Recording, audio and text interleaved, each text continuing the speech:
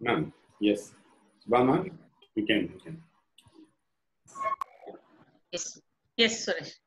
Hi, Napinai. This is Subhashri here. Hi, Subhashri. That was a fantastic session by you. I really enjoyed Thank it. you, thank you, thank you. Especially Thank you. the Ikigai and empowering women. The note was fantastic. Thank you, And thank you, thank you. I was actually wondering about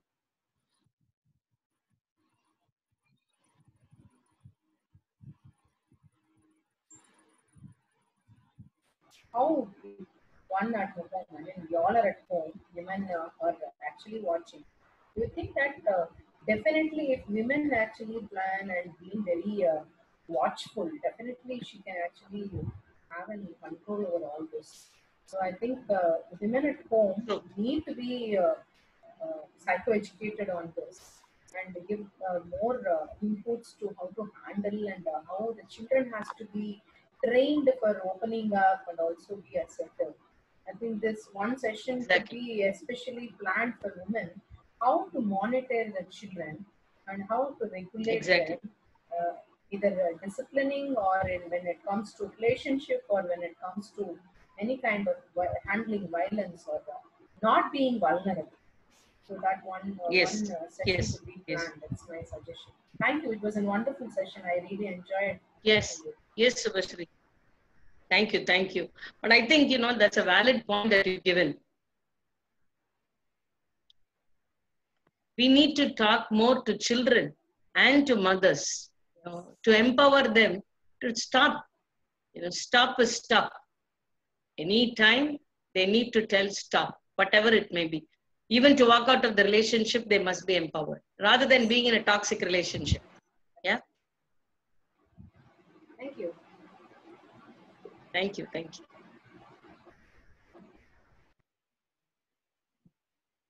Good evening, ma'am. This is Anjana. It was a very thought-provoking session, but I have a clarification from you. You said that ratio of depression and anxiety is 2 to 3 times more in women than men.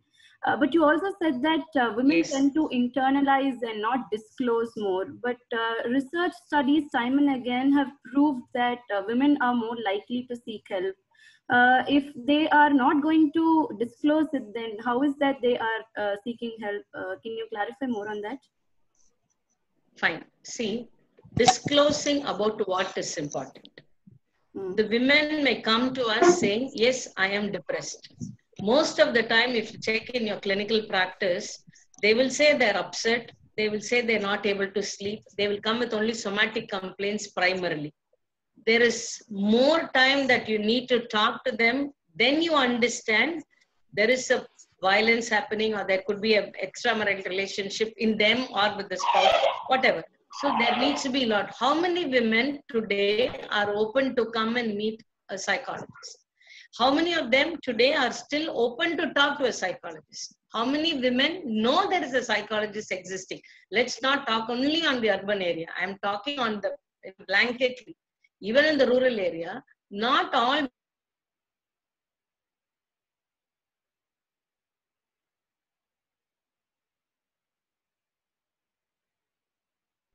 that is the defense mechanism. I am not all right, therefore that person is not all right with me.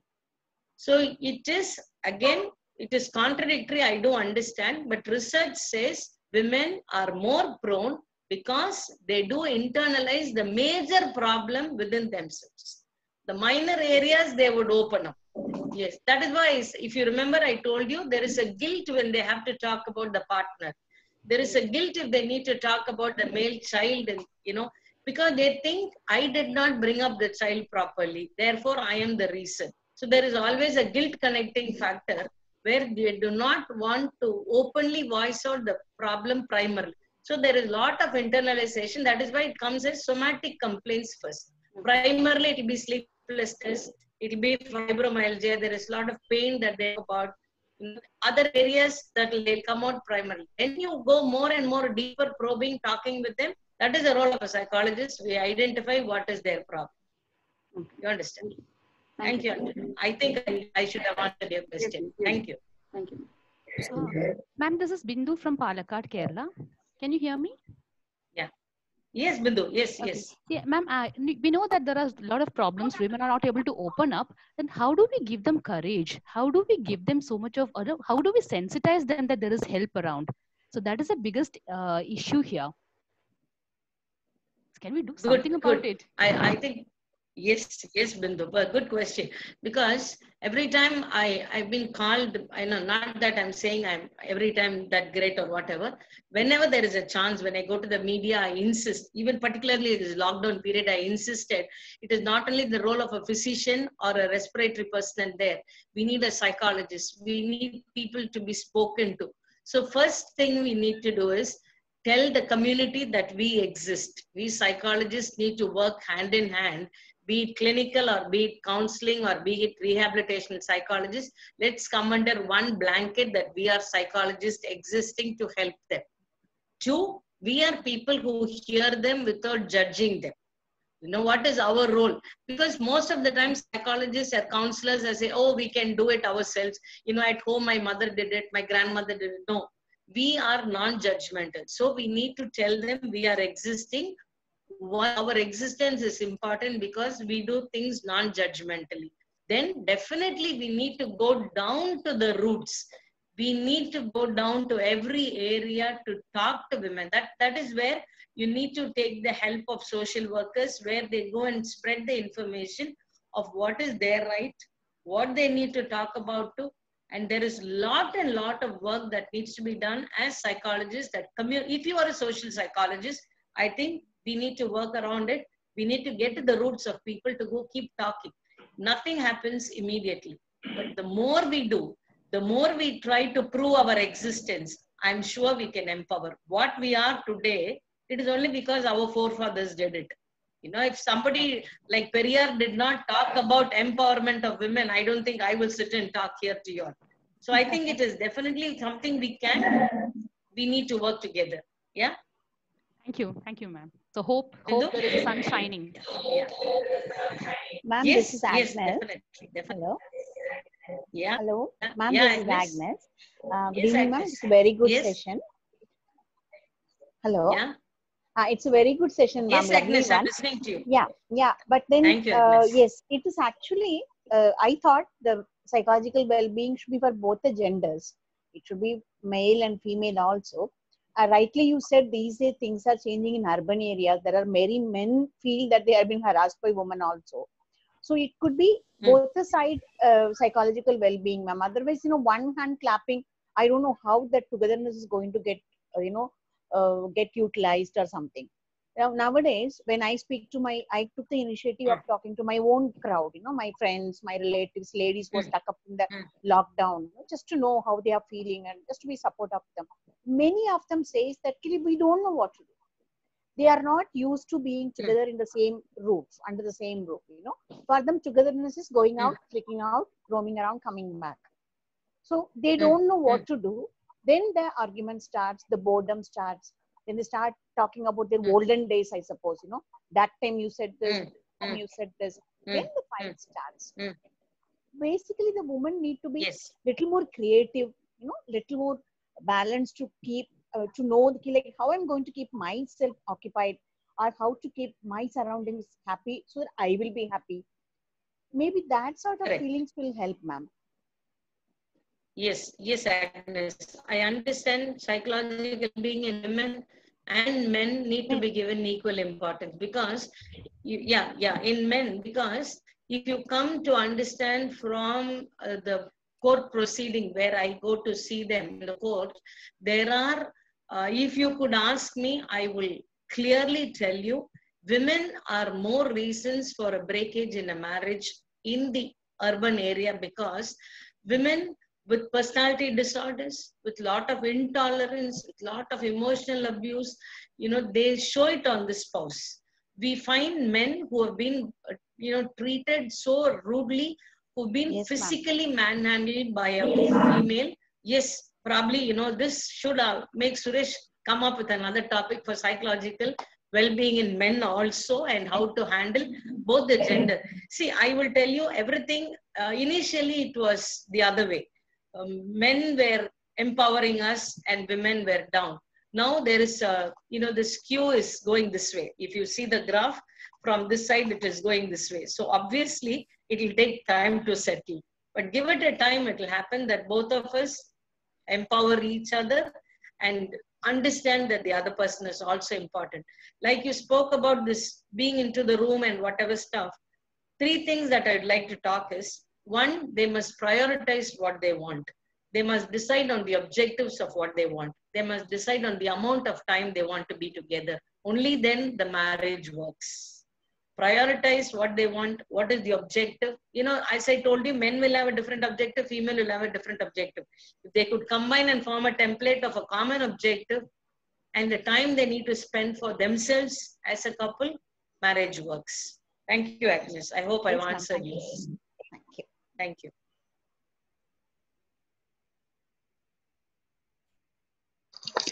Hello. Yes. Yes. Ma'am, it's Niraja. Can you please Yes, tell Niraja. about some what are the legal aspects that a women can be helped in situations which are very traumatic for them? Can you give a little about it, ma'am? Okay. Yeah, definitely. See, the first thing that the female, if she's going through a toxic marriage, she can definitely go to the nearest police station wherever she wants. It need not be an all-women police station. The nearest, in her jurisdiction, she can lodge a complaint. 2, she can walk out of the marriage. She can file a complaint with all the truthful incidences. She can record it by writing and give it to the advocate and file a case. But if partner is not staying with her, if that is the concern, he is gone on an extramarital affair or whatever, to bring him back, she can file a complaint asking for, in the court, to restitute the husband. It's called as restitution of conjugal rights. I want my husband back in this marriage. That is one area which she can do. Or she can go in for a divorce with the maintenance. But what I suggest is, today legal system is so corrupt. I'm sorry to use this word, but one case gets bifurcated into 100 cases. That is why I say talk truth. Let us talk. If there is domestic violence, she can record it. If there is dowry harassment, definitely she has to write there is dowry harassment. Otherwise, please do not do anything because somebody tells you, no, if you write all this, you will get no. Be truthful, because in the court of law, you will be questioned. When they find you are not truthful, you will be, definitely being looked down. So this will reflect on the entire women community. So 1, if she's abused, she can go to the nearest police station, write down whatever has happened and file a case.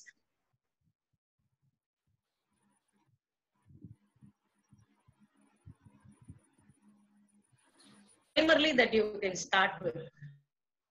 Or not all, being a marital therapist, I can openly say, I'm happy if all marriages work. But if it is toxic, it is okay to leave a marriage.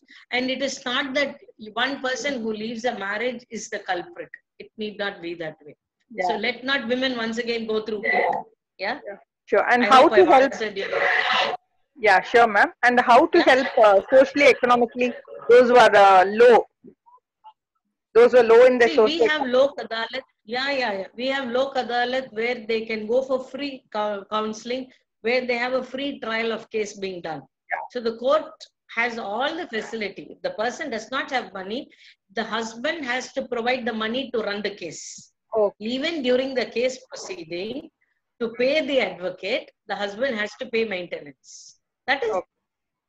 So whether you're poor, rich, law tries to treat everybody equal, at least to some extent, in spite of all the corruption happening. Yeah, thank you, ma'am. Yeah. Thank you. Thank you. Thank you. Hello. Yes. Hello, ma'am. This is Premvata. Yeah. Yes, Premvata. It was lovely hearing you, ma'am. It was very enlightening. Whatever you told right now. But I do have a question for you, ma'am. Yes. When I talk to my friends during the lockdown period, they say they are literally chained to the kitchen. They have to do so much work, so much cooking and all. Yes. And when I ask them, why don't they delegate it to their family members? they say they cannot, they say they do only half work, they do only unclean work. So they are women lacking in delegation skills, or are they striving towards perfection, ma'am? Can you share your thoughts in that? Wonderful question, Priyamvada. Thank you, thank you. It is definitely because most women think the husband or the children are not capable of doing the work the way they do. That is one thing. We are striving towards perfection because women feel the kitchen is her forte, and if she cleans the vessel, it will be sparkling, and if the man cleans, it is not that great. Maybe it is true, but it is okay not to be okay at times. So at least during this lockdown period where we are not getting external help, rather than being glued, this is one form of sacrifice also. And then resentment steps in. You are not helping anything. I did so much for you during the lockdown period. You're not even asking me if I'm okay. You taking me for granted. All this happens because we think it is our role only to take care of the kitchen, one. Or two is we think, the husband might not do it properly. So what I suggest is leave your perfection. Let them do whatever they can. Appreciate them for whatever they're doing. Probably they'll do it even more better next time. I think you need to tell your friends to quit being perfect. Yeah, ma'am. Thank you. Hope I answered you, Priyamvada. Yeah, you did, ma'am. Thanks a lot. Thank you. Ma'am. Yes. Ma'am, Krishnan. Yes, Krishnan. Ma'am, I come across lots of cases in the last say couple of years. They have I found in their during the sessions they have many unrealistic expectations. And it is not discussed before the marriage. So after the marriage, these things pop out, and so from there the conflict starts, and then it goes into abuse either way, from men to women, women to men, and it is getting ended. So it is very alarming situation. And since you are also a family therapist, how do you kind of see it? Whether it is growing or it is coming down. Is there any thing which you are looking at it, and how do you think we can suggest the youngsters? It is definitely growing in an alarming rate. Yes, Krishnan. It is definitely growing in an alarming rate because see, certain things unvoiced, we think, okay, it is part of it, it is understood. Most of the time we assume things that in a marriage, these are certain things that is understood. I am insisting in every forum that we need something called as premarital counseling. Only when you have premarital counseling, you can tell them what are the things that they need to communicate. What are the things that they need to look out for? What are the emotional baggages that you would want the other person to help you with? What are the financial baggages you want the other person? You need to communicate your wishes. You need to communicate your wants and desires. Then it takes up. Otherwise, it breaks then and there. It is much better than it culminating into a marriage, becoming a parent and then breaking. So I insist more on premarital counseling, which is the primary need. Only when we focus on that, I tell you, we can reduce the number of courts or the cases happening. Otherwise, we are swelling in these cases happening. It is going in a very alarming rate. Yes. And one more thing, ma'am. One more. Yeah, sure, ma'am. And one more thing, about the now measuring up of living in relationship. That is another. That is also kind of leading to unsatisfied relationship also. There is a statement happening. People are okay with live-in relationship. Even I'm talking of people from the higher sector. If you ask a psychiatrist or if you ask an advocate, they don't mind. I'm talking of people with an education background, though not directly involved to the couple. They say it is okay because it does not cause so much of calamity within them. It is okay as long as they live together. Otherwise, it is okay. it is better they part. I don't know, because there is no responsibility connected there, because marriage itself is a term relating to responsibility. Probably it is the old school of thought where yes. But nowadays, you know, this live-in relationship is common, but I would like to leave it to the individual. If it is a healthy live-in relationship and they're still okay with that, fine. But then to what extent is it going to help them? When there is a child, how are they going to handle it? All these needs to be worked out much ahead. Even if it is going to be a relationship, I would prefer a pre-live-in relationship counseling for them. And there was a question from Anandi Karthik asking on policy makers. Yes, policy makers on marriage and all this stuff, you know. That is why I'm telling in every forum, we need to, as psychologists, we need to insist that premarital counseling is the only way to reduce the swelling rate of divorce. And who are the policy makers? If you ask me, these policy makers here are none but the family. It's the family who has to decide. And probably there are certain religion where they insist on premarital counseling. Why don't we make this as a mandate? You know, that all of us need to go through, you know, yeah, why not? You know, we talking on all the, am I being muted? Yeah.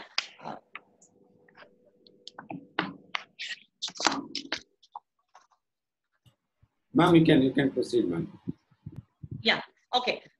Policy makers or the decision makers, probably the colleges need to talk about, you know, they need to invite psychologists to talk to the students on premarital counseling, because that is the time. I had an opportunity where we had a board with the advocates and the leading judges, you know. So the judges asked us, what do you expect out of us? So I told them, look, we definitely want to work on premarital counseling, only that can bring down. And two, we wanted to talk to the station in every area where they will identify psychologists in their area. When there is a case registered, immediately it has to be referred to the psychologist before it goes into the hands of the police or the legal area, so that we can stop that. So the government and people from the judiciary need to take this account, where here I would insist the educational setup, you know, every college principal or the dean or whoever the management is need to be here on the other side to call psychologists to talk on premarital issues and how to handle it, and even how to empower themselves in a marriage. So I think the policy makers, I wouldn't just classify the government and the, you know, judiciary or the police personnel.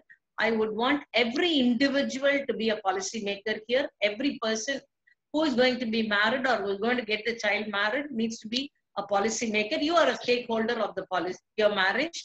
Then comes the education side. So to me, it is holistic. I hope I've answered Anandi's question. Yes.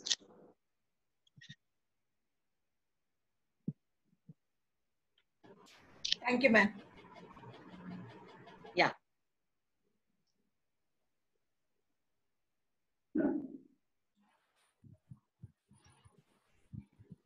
Ma'am, in the comment section, there is one more question, ma'am, from Varsa. Yes, yes.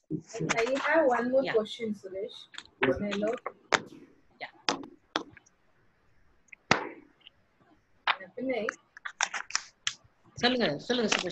Yeah. This is about, see, we have been talking about gadget addiction and, you know, this detoxification of gadgets and all. We have been talking digital for detox. Long time. Yeah, digital detoxification. We have been talking for so long, so among kids and adults also. Now this period of lockdown has really created a havoc, and people are into WhatsApp and people are into digital all through the time, and now we are meeting through digital. No other go right now. Yes, now yes. the I mean it is totally, you know, ulta. After we come out of the lockdown, I think when we bounce back to the routine, how it will be impacting, and especially with the relationship, I could see that a lot of people are involved totally into gadgets and they don't speak to each other because they are not so used to being with one-to-one, face-to-face, and they don't have an kind of an understanding or negotiation before that. So it is quite unusual for them. For 15 days, it was difficult. And after that, people are in their own world with their gadgets. And I think the psychologists will have more cases on TV addiction for gadgets after the lockdown. So how we are going to face Definitely. this also would be one of the challenges, I think. Correct. See, initial lockdown was honeymoon phase. Everybody enjoyed being with each other. The spouse, it was honeymoon phase. Then it became the normal routine. Why do I have to talk to this fellow? Because we have lost communication. We are only texters. We are no communicators. There is spelling error again there. There is lot of grammatical error happening. So we have become more gadget oriented even during highly gadget oriented during this lockdown period, because everything is only with everybody is only with the phone. Yes. The wife or the husband or the children, they're addicted to gadgets. I think it is definitely going to rise. And like you told, when you get back, there is going to be this setting in of this momentum is going to be very difficult. People are going to find it very difficult to work, in spite of having all this phone in hand.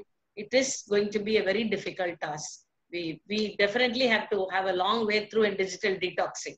Yes, I think endurance pathways as more than 21 days has been laid down.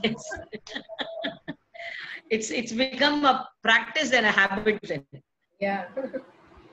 Thank you. It was wonderful being with you all. Thank you so much. Thank you. Thank you, Subhashri. Thank you.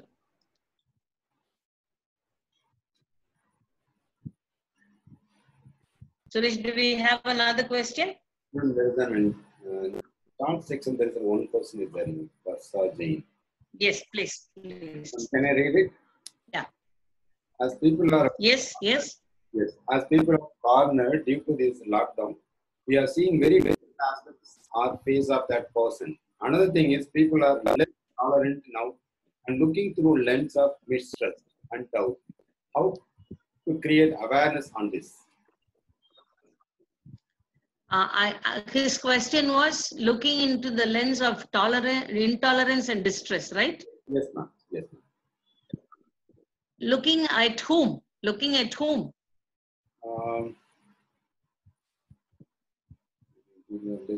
Can you repeat your question? I was not able to hear you. Can you repeat your question, Mr.? Varsa Jain, ma'am.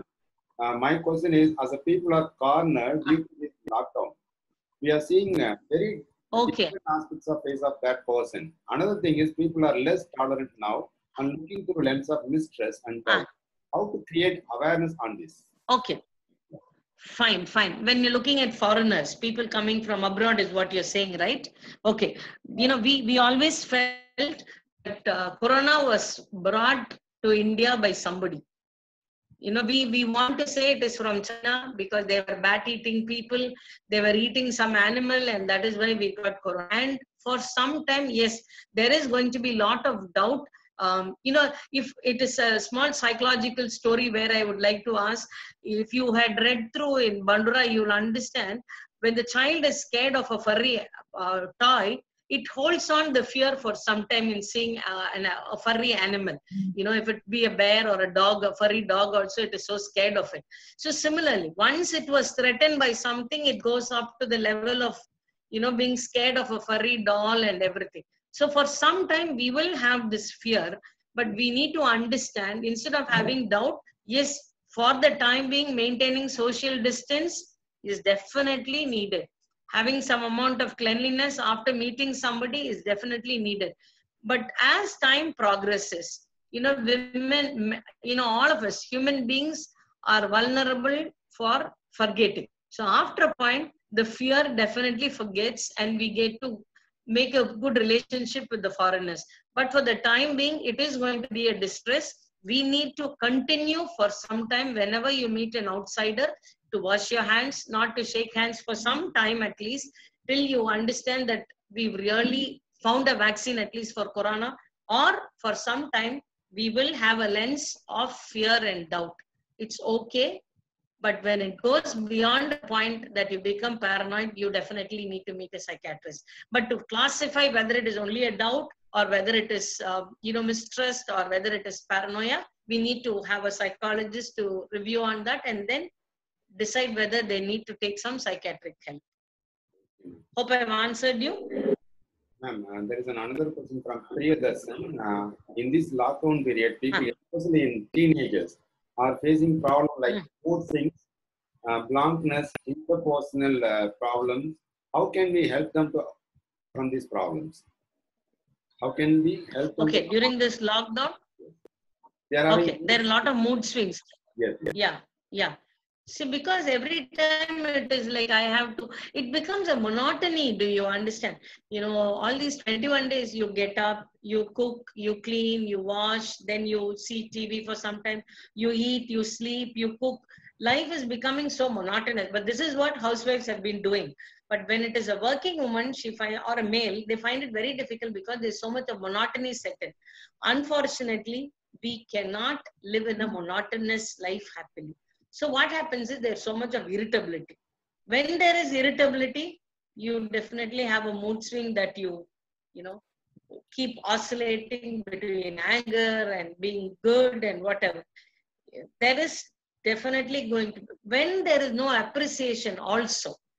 I'm already into a loop of work. There is no recognition. There is no appreciation from the family. There is no participation or cooperation. What else can happen? The female or the male, whoever is doing the work, will find what is the point in doing this. So there is a lot of irritability stepping in, which will definitely lead to mood swing. So I suggest that this time the family devotes or schedules a time for mindful meditation also to work down on their mood swings. It is not only now, forever it will be helpful. And the families sit together to have a quality talk where they prioritize what they want to talk about and they spend some 10 to 15 minutes. I think it will be good. So let them use this time to work on their meditation also. Yes, ma'am. Hope I've answered this question to Suresh. Yes, ma'am. They have answered all the questions. I think this is the first time we spent almost 40 minutes for question and answer session. So thank you for experience for us, including me. Again, we will meet the session after tomorrow. Thank you for. Sure, Suresh. Thank you. I was wondering how is this going to happen. Good. You made a good deal. I would like to get more feedback from you and the participants. Any mistake, please bear with me. I will learn to correct myself. Thank you, everybody. It was wonderful being with you. Thank you so much, ma'am. Thank you. Thank you, ma'am. Take care. Thank you. Bye. Bye-bye. Thank you, ma'am. Take care. Super person, ma'am. Thank you, dear. Thank you. Thank you, ma'am. Thank you. Thank you so much. Stay safe, ma'am. Thank you. So you all stay safe. Few more days. Let's stay safe and come out of this lockdown fighting against corona. Ma'am, wonderful session, ma'am. Thank you, ma'am. Thank you so much. Take care, ma'am. Thank you, Deepa. Thank you. Thank you, ma'am. Hearing you after, I think, 4 or 5 years. Yes. Thank you. Thank you so much. Thank you. Thank you. Thanks, Suresh, for this. I think we must all thank Suresh for this opportunity. Absolutely. So you will have a session for male also, ma'am. Hopefully.